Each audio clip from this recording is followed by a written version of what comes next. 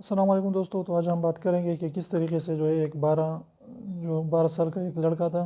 तो उसने क्या कर दिया कि उसने जो है सिर्फ और सिर्फ 3 दिन में जो है 18,000 सब्सक्राइबर गेन कर लिए। तो इसने ऐसा क्या कर दिया, तो आपने जो है ये वीडियो एंड तक देखनी है।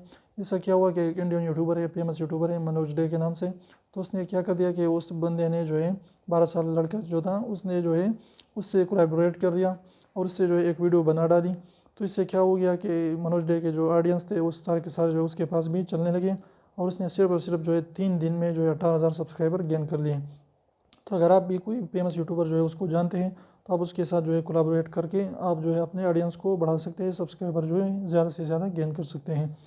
तो इस तरीके जो है आप अप्लाई करके आप जो है सब्सक्राइबर गेन कर सकते हैं। उम्मीद करता हूँ छोटे से वीडियो आपको पसंद है। वीडियो पसंद है तो प्लीज़ वीडियो को लाइक कर दीजिए और चैनल को सब्सक्राइब करना बिल्कुल ना भूलिए। रेड वाले सब्सक्राइब को ज़रूर दबाइए और बेल आइकन को भी प्रेस करें ताकि हमारे न्यू वीडियोस नोटिफिकेशन जो है आप तक आते रहें।